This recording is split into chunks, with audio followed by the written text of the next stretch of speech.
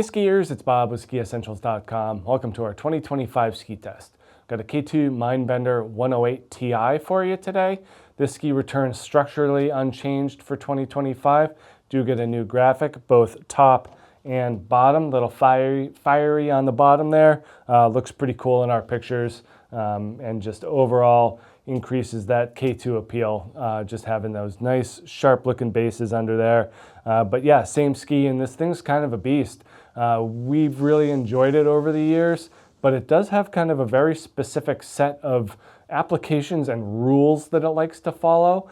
If you get on it in kind of an open trail, open zone, anything softer than firm, this thing is an absolute blast. Anything that's like more firm than soft, and it starts to kind of hiccup a little bit, and it just feels like a lot of weight on your feet. But if you like to let your skis run and just feel ultimate stability and power, this 108 Ti is a great place to be. We had it out on a nice spring day this past year, and that was a very surprising set of conditions and circumstances for this 108 Ti, one that I really enjoyed. I kind of moved my way up through the Mindbender line going 89, 99 to 108, and this 108 certainly fit that kind of mold of being that high performance, aggressive, hard charging ski for kind of soft and manky conditions. No issues whatsoever, and certainly nice to have that extra width and surface area underfoot for when the snow kind of went from, kind of spring corn to spring mush. The mushier it got, kind of the more stability you could feel out of these skis, where the narrower skis or even the 106C, those kind of got deflected. No such luck out of this 108. You were locked into a turn.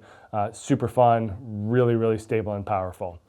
Aspen microblock core in this one, thin stringers of aspen wood. Aspen does a great job for K2, kind of matches their personality of being kind of fun and playful and creative and energetic. That aspen fits really well with that, and they use it in pretty much all of their skis, kind of contributing to consistency throughout the line. Titanal Y-beam is the story of the additive material here. So this Y-shaped Titanal laminate, two branches out front here, full width underfoot, and then pretty burly straight section here in the tail. And what that does is it puts more emphasis on the edges in the front, the more directional standpoint here, putting more power, more grip to the forebody of the ski, really making the ski hook in and initiate hard. Full width underfoot for that kind of underfoot stability and power and grip. For a 108, this is a very good example of how to make a hard charging ski with very damp, stable feel underfoot. And then in the tail, it just kind of allows for a little bit of playfulness and ease and energy out of the back end there. If you skied a Mindbender 89 Ti, you kind of get that feeling in a narrower and more precise form.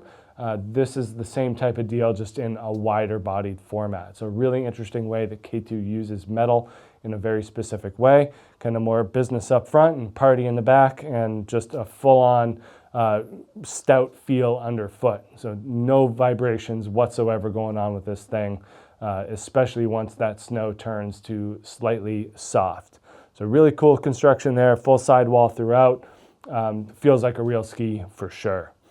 That does come at a price of cost, of weight, I should say. These things aren't terribly light. This is the 186, and we're on the scale here at 2,240 grams.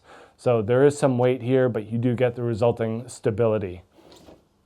Profile, K2 likes to use kind of long rocker in their skis.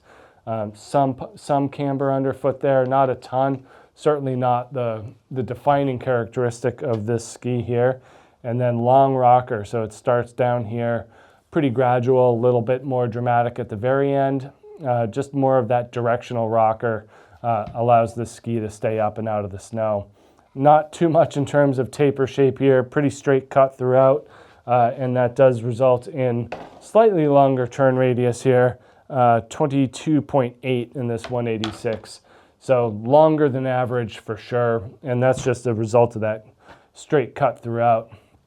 And then pretty long and low rocker in the tail, generally meant to be in the snow rather than kind of moving and bouncing and dancing around. It's not full on, camber to the tail. So it does give you some reprieve when you're finishing a carved turn, but really allows for that more directional nature, longer effective edge. The longer your edge is engaged in the snow, the smoother the feel is going to be. And it doesn't get much smoother at this width than this K2 Mindbender 108 Ti. Make sure you check these things out here at skiessentials.com, and we'll see you out there on the hill. Bye.